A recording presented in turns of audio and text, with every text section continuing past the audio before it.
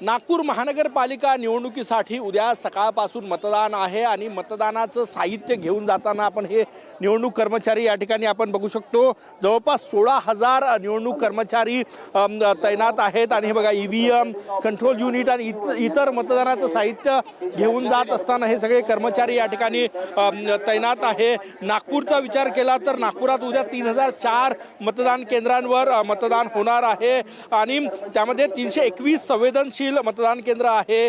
24 लाखपेक्षा जास्त मतदार मतदानाचा हक्क बजावणार आहे आणि आपण बघू शकतो हे मतदान कर्मचारी जे आहे ते निघालेले आहे। काय सांगणार, चेक केलं का? जस्ट आता मिळालं आम्हाला साहित्य। आता आमची पूर्ण टीम बसून जे काय काय साहित्य मिळालं आम्हाला ते चेक करून आणि सर्व चेक केल्यावर ओके करून आम्ही आपल्या बुथवर जाणार आहोत। काय सांगणार, साहित्य घेतलं आहे आणि आता चेक करून आम्ही आपल्या बूथ केंद्रावर निघू।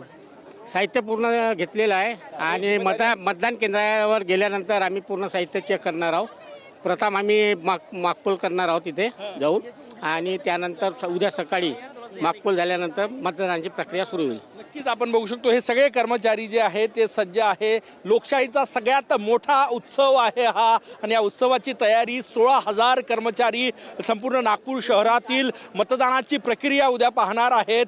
झोननुसार मतदान साहित्य वितरणाचं काम या ठिकाणी सुरू आहे। त्यासोबतच पोलीस कर्मचारी सुद्धा तैनात असणार आहे आणि हे सगळे निवडणूक कर्मचारी जे आहेत ते आपापल्या मतदान केंद्राकडे मतदान साहित्य घेऊन जात आहेत आणि उद्या सकाळपासून हे संपूर्ण मतदानाची प्रक्रिया जी आहे ती या ठिकाणी पार पडणार आहे। बघा हे सगळं साहित्य जे आहे ते या ठिकाणी घेऊन जात आहे। मुक्कामानं तिथे थांबायचं आहे कारण की सुरक्षेची महत्त्वाची जबाबदारी जी आहे ती यांच्यावर आहे। संपूर्ण निवडणूक यंत्रणा उद्याच्या मतदानासाठी सज्ज आहे। कॅमेरामॅन सचिन सयामसह गजानन उमाटे, TV9 मराठी, नागपूर।